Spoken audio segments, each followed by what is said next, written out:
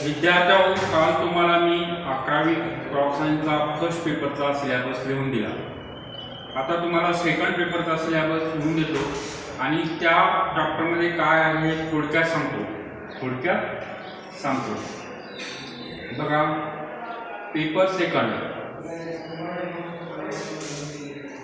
Paper second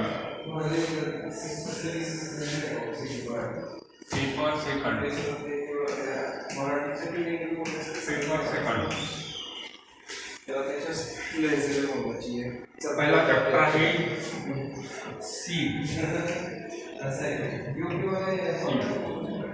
दूसरा आहे tillage, तीसरा आहे बीट,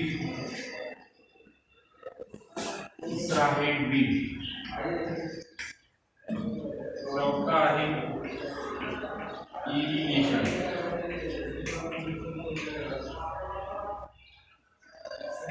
पाचवा आहे सॉइल कॉन्झर्वेशन.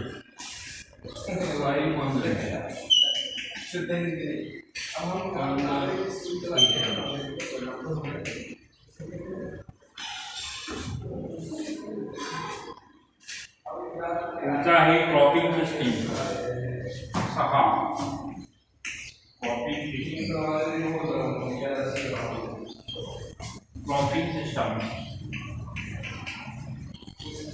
Cropping system. त्याच्या पुढचा आहे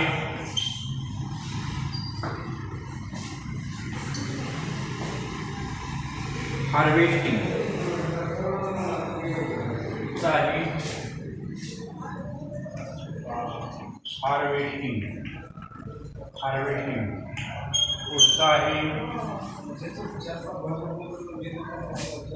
क्रॉप इम्प्रूव्हमेंट.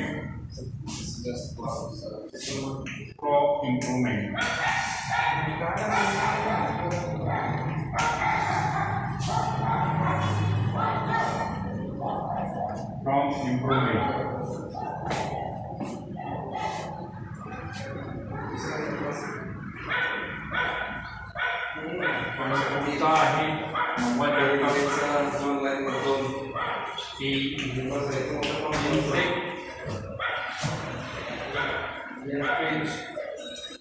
कंट्रोल आणि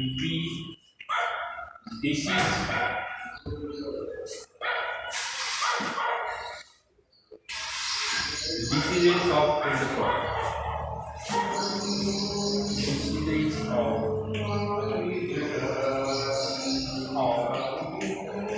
field crop. Field crops.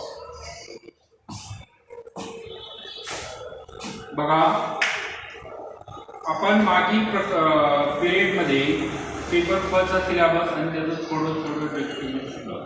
आता आपण शिकायचं सेकंड पेपरमध्ये. पेपर सेकंडमध्ये सीड म्हणजे काय, तर बियाणे. पेरणी करता बियाणे किती लागतात, बियाणे कुठल्या क्वालिटीचे असतात, true to type, genetically pure, आणि they do not mix with any other seeds. For example, ज्वारीत बाजरीत गव्हाचं नसावं, सेपरेट सीड असावं, इनर्ट मॅटर किंवा पालापाचोळा काही नसावं. ट्रू टू टाईप आणि मॉर्फॉलॉजिकली जेनेटिकली प्युअर, अधिक उत्पादन देणारं असावं, डिसीज फ्री असावं, इन्सेक्ट किडीचा रोगाचा प्रादुर्भाव न येणार असावा. सीड नाही. टिलेज म्हणजे काय, मशागत.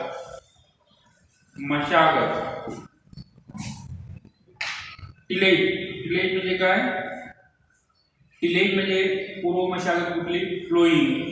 पुन्हा हॅरोईन, पुन्हा होईंग, असे प्रकार टाईप्स आहेत.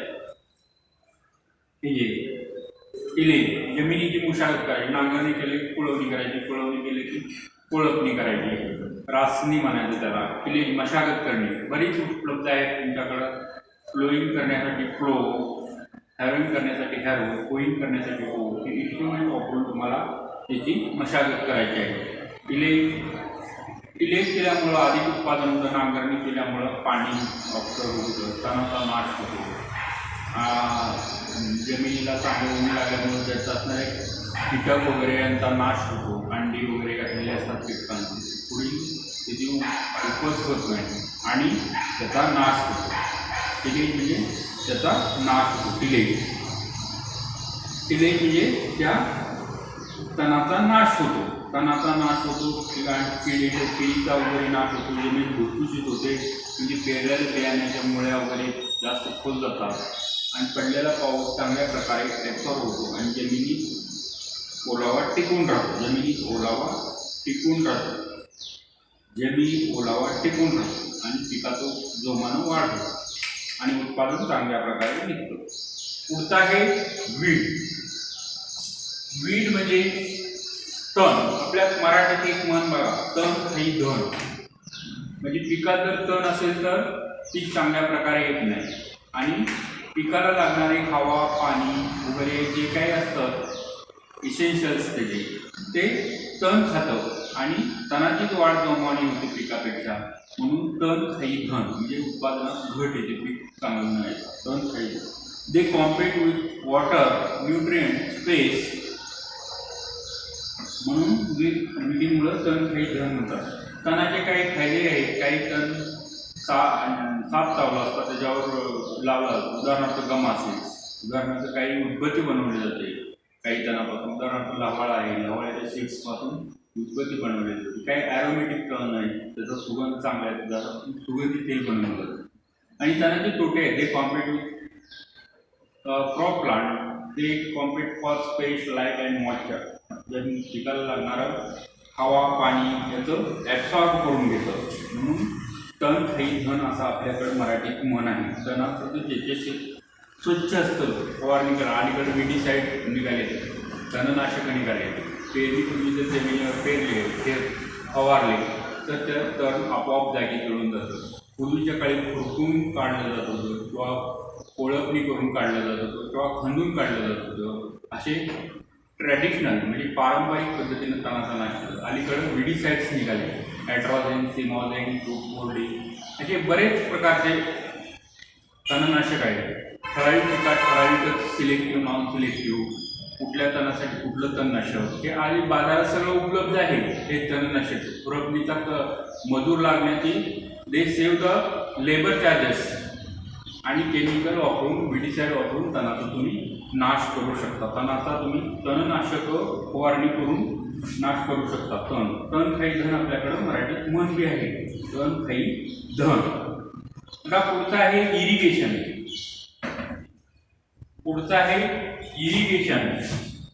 इरिगेशन म्हणजे पाणी देणे. आर्टिफिशियल ॲप्लिकेशन ऑफ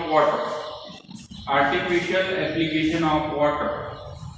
म्हणजे 2 पावसामध्ये गॅप पडला असेल तर तुम्ही आता कसा गॅप पडला आहे तसं विहिरीत पाणी असेल तर पिकं सुकायला असेल तर देऊ शकता.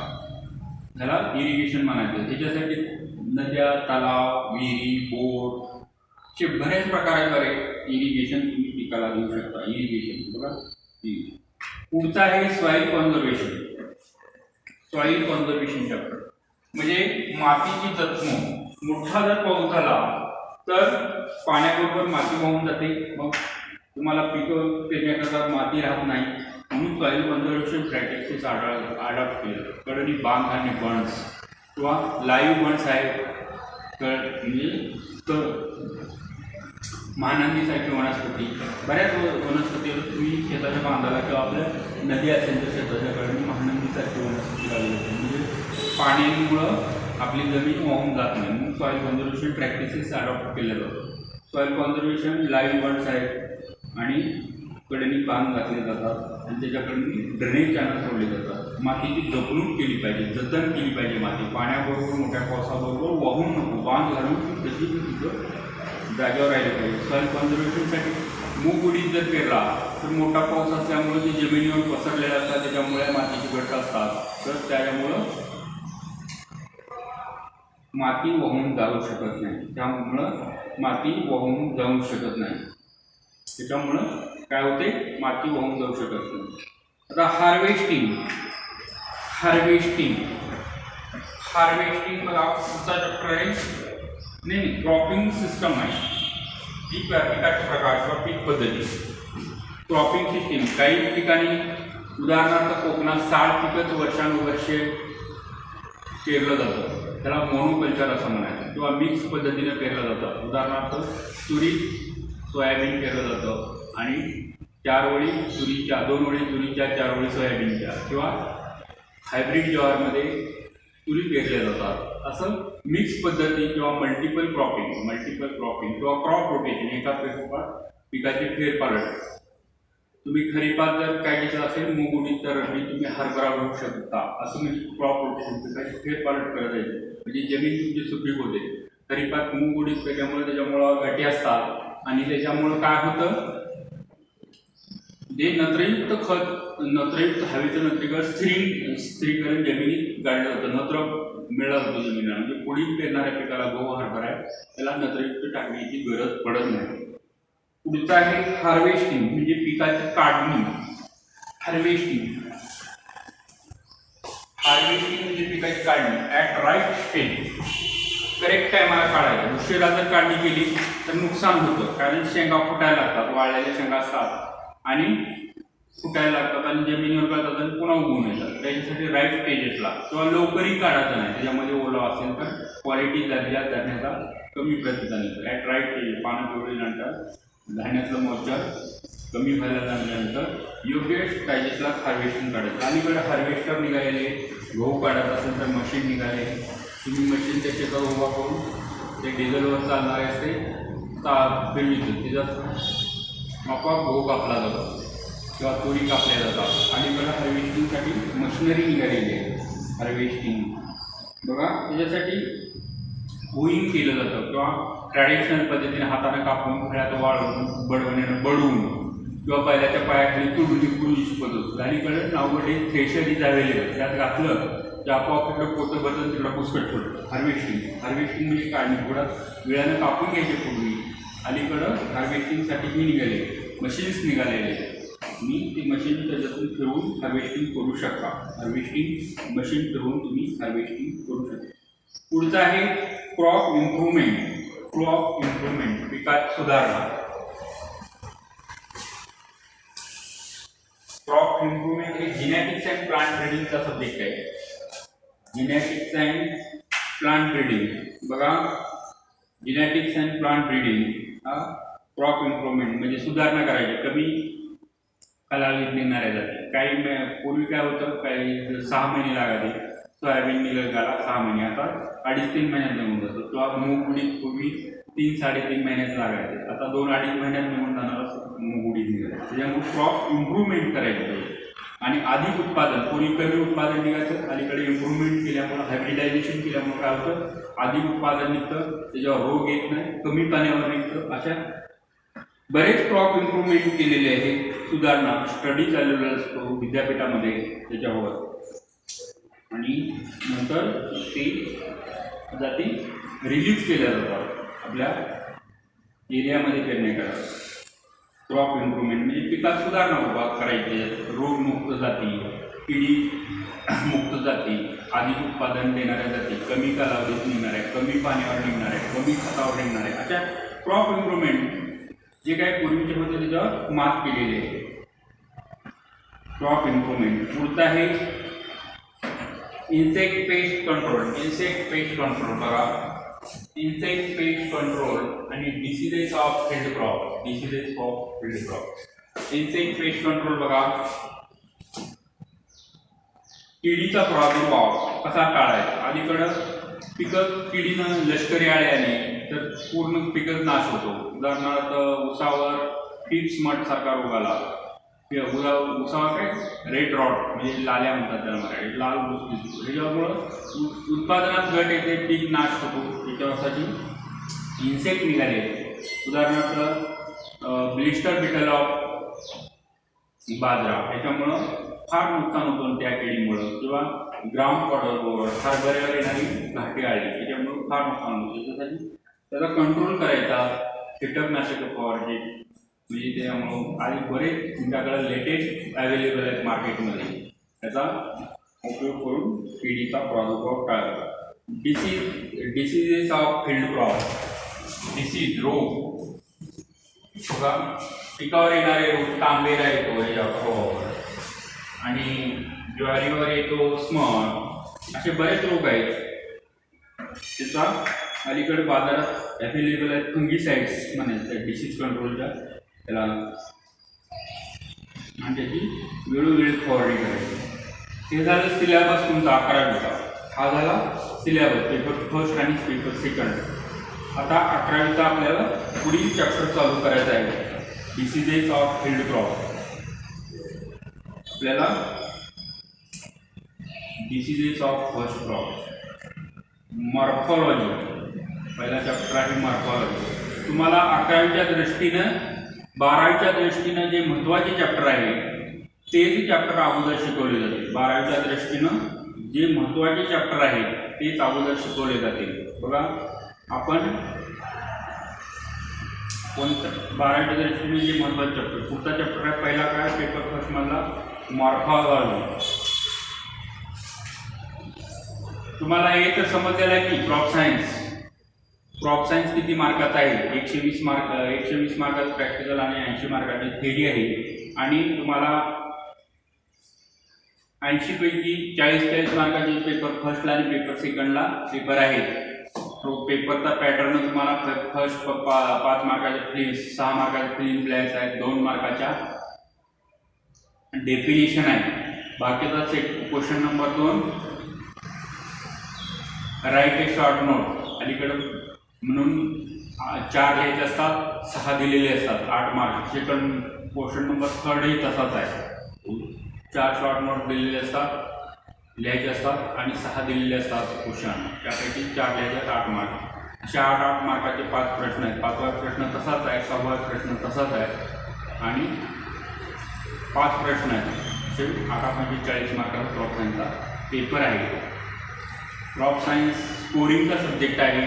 चांगला अभ्यास करून तुम्हाला नीटला जाणाऱ्या विद्यार्थ्यासाठी फिजिक्स, केमिस्ट्री, बायोलॉजीवर भर देता यावा, आणि या क्रॉप सायन्समुळे स्कोरिंग व्हावून हा क्रॉप सायन्स विषय आहे. क्रॉप सायन्सला चांगला अभ्यास केला तर चांगले मार्क्स मिळू शकतात, आउट ऑफ सुद्धा मिळू शकतात क्रॉप सायन्सला मार्क्स. पण तुम्हाला विषय हा सोपा आहे, आणि दुसऱ्या विषयाला वेळ देण्याकरता हा विषय आहे. चांगला स्टडी केला तर आउट ऑफ मार्क मिळू शकतात, आणि प्रॅक्टिकल चांगल्या मार्काचं आहे. प्रॅक्टिकलची तयारी चांगली करायची, आणि थेअरीची चांगली करायची.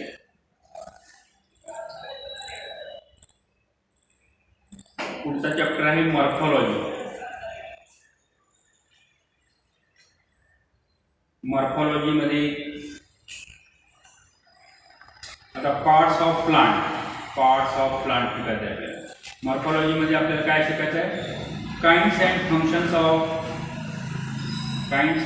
फंक्शन्स ऑफ जे प्रकार आणि कार्य कशाचं, स्टेम नाही root, stem, leaf, flower, fruit आणि सीड याचं फंक्शन, प्रकार कसले आणि फंक्शन काय, कार्य काय.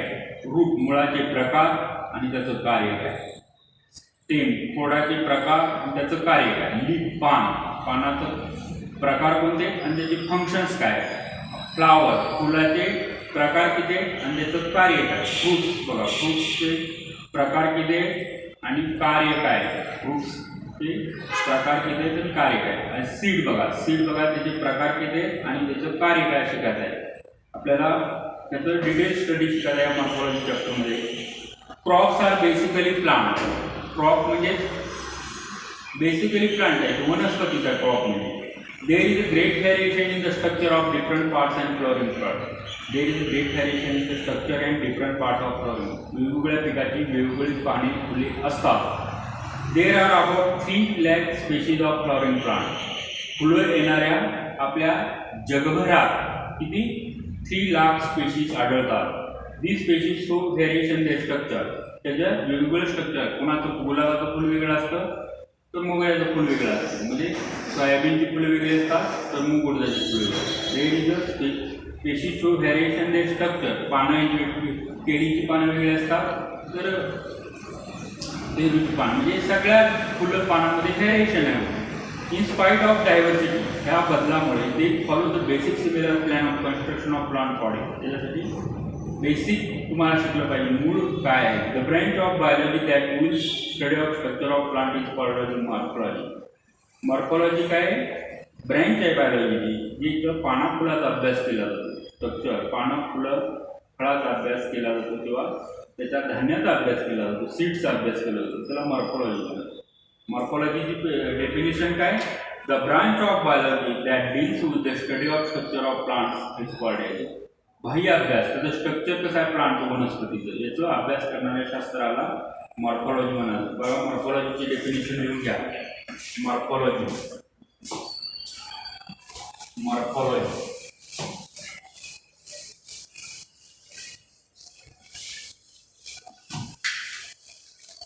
Morphology morphology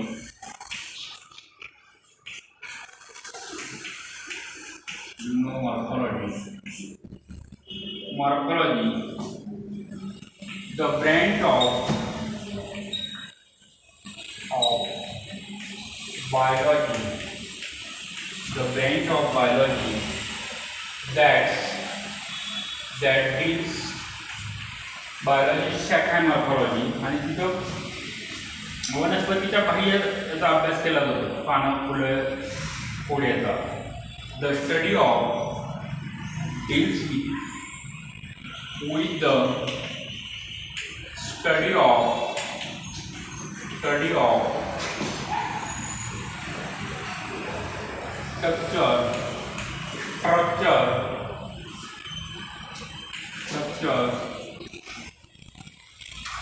is called external morphology. बाह्य अभ्यास पिकाचा. एक्सटर्नल पिकाचा म्हणजे पिकाचा म्हणजे वनस्पती. एक्सटर्नल मॉर्फॉलॉजी बाह्य अभ्यास पिकाचा म्हणजे the branch of biology that deals with the external form of structure. जीवशास्त्राची शाखा आहे यामध्ये वनस्पतीच्या बाह्यशास्त्राचा अभ्यास केला जातो, त्याला काय म्हणायचं? External morphology. पानाचा त्याचं फंक्शन काय, फुलाचं फंक्शन काय, फळाचं फंक्शन काय, मुळ्याचं फंक्शन काय, खोडाचं फंक्शन काय, असा अभ्यास केला जातो, त्याला काय म्हणायचं? Morphology. Today is sufficient. Okay.